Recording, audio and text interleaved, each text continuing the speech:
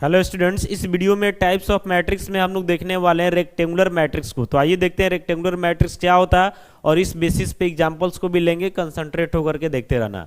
तो यहाँ पे हमारा टॉपिक होने वाला है रेक्टेंगुलर मैट्रिक्स। रेक्टेंगुलर मैट्रिक्स इसके पहले जो है आपको स्क्वायर मैट्रिक्स के बारे में पता होना चाहिए कि स्क्वायर मैट्रिक्स में क्या होता है कि नंबर ऑफ रो और नंबर ऑफ कॉलम दोनों सेम होता है, लेकिन रेक्टेंगुलर मैट्रिक्स में क्या होता है कि दोनों डिफरेंट होता है। यानी यहाँ पे ऐसा हम बोल सकते हैं कि a matrix in which number of rows and number of columns are different is known as rectangular matrix।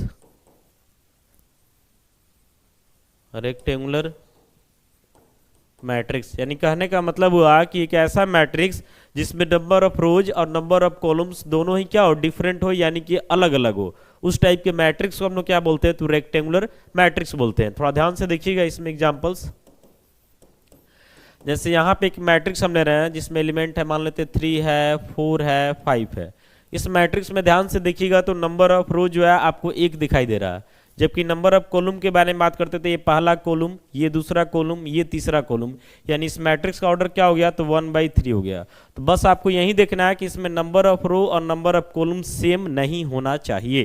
तो देख रहे हैं ना कि रो और कॉलम दोनों डिफरेंट है, यानी कि क्या हो जाएगा, तो रेक्टेंगुलर मैट्रिक्स हो जाएगा। कौन ज्यादा है, कितना ज्यादा, इससे कोई लेना देना नहीं है, बस डिफरेंट होना चाहिए। मान लेते हैं यहाँ पे एक दिखा देते हैं, A = है। यहाँ पे एक मैट्रिक्स हम B ले रहे हैं, इसमें एलिमेंट जो है 3 है, 4 है, 7 है, 9 है, 10 है, 11 है। अब इस मैट्रिक्स में ऑर्डर के बारे में बात करते हैं तो इसमें 2 रो दिखाई दे रहा है और 3 कॉलम दिखाई दे रहा है। इसका ऑर्डर क्या हो गया, 2/3। दोनों डिफरेंट है, तो ये भी आपका रेक्टेंगुलर मैट्रिक्स हो जाता है। मान लेते हैं यहाँ पे एक मैट्रिक्स हम C लेते हैं, एलिमेंट हमारा A B C, समझ रहे ना। अब इसमें ध्यान से देखिएगा तो रो आपको 3 दिखाई दे रहा है, कॉलम 1 दिखाई दे रहा है, 3/1, तो ये भी आपका रेक्टेंगुलर मैट्रिक्स हो जाता है। मान लेते हैं यहाँ पे एक मैट्रिक्स हम D लेते हैं जिसमें एलिमेंट लिख रहे हैं A B X Y M N। अब इसमें ध्यान से देखिएगा तो नंबर ऑफ रो आपको 3 दिखाई दे रहा है, नंबर ऑफ कॉलम 2 दिखाई दे रहा है, तो इसमें भी डिफरेंट है, ये भी क्या हो जाएगा, रेक्टेंगुलर मैट्रिक्स हो जाएगा। मान लेते हैं यहाँ पे एक मैट्रिक्स हम E लेते हैं, इसमें एलिमेंट है X Y Z M, 1 2 3 4, ठीक है। यहाँ मान लेते हैं साइन एक्स, आपको पता है एलिमेंट तो कुछ लिखा जा सकता है यहाँ पे, समझे ना, A B C हो गया। अब इस मैट्रिक्स में रो के बारे में बात करते हैं तो first row, second row, third row, यानी टोटल 3 रो है इसमें।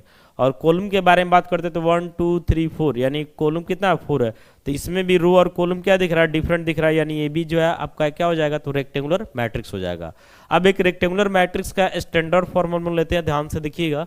तो यहां से हम इसको लिखेंगे, ए मैट्रिक्स ऑफ ऑर्डर m/n, ठीक है। लेकिन इसमें कंडीशन क्या होना चाहिए कि m और n दोनों डिफरेंट होना चाहिए, तब जाकर के ये क्या बनेगा, तो रेक्टेंगुलर मैट्रिक्स बनेगा। देखिए इसको लिखते कैसे है, तो शॉर्ट में लिखना चाहते हैं तो सीधे लिखेंगे A को Aij, ऑर्डर क्या दिया हुआ, तो m/n। कंडीशन है कि m और n क्या होना चाहिए, डिफरेंट होना चाहिए, यानी कि रो और कॉलम अलग अलग होना चाहिए।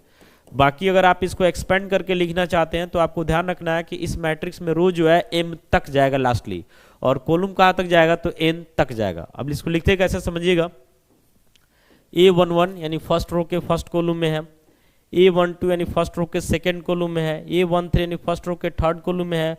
अब कॉलम तो लिमिटेड है नहीं, n तक है, तो इसी कारण से बढ़ते बढ़ते फर्स्ट रो के nth कॉलम में चला जाएंगे। रो तो वही रहेगा, कॉलम आपका n चला जाएगा।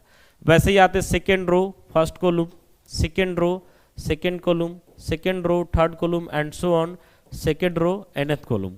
फिर वैसे ही थर्ड रो आते हैं, first column, third row, second column, third row, third column and so on, third row, nth column. अब रो भी तो लिमिटेड नहीं है ना, जैसे फर्स्ट रो हो गया, सेकंड रो हो गया, थर्ड रो हो गया, इसे कितना सारा लिखिएगा, तो रो बता रहा कि लास्टली कहाँ तक जा रहा, तो m तक जा रहा, तो इसमें भी गैप करेंगे और आ जाएंगे mth रो में। तो mth रो हो गया, लेकिन कॉलम इसमें क्या है, फर्स्ट है। फिर यहाँ पे आ जाएंगे तो mth रो हो जाएगा, कॉलम आपका क्या हो जाएगा, सेकंड हो जाएगा।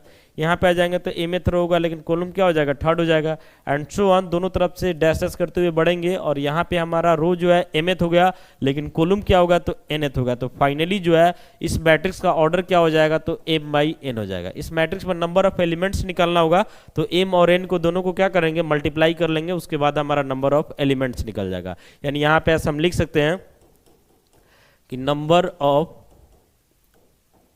Elements of A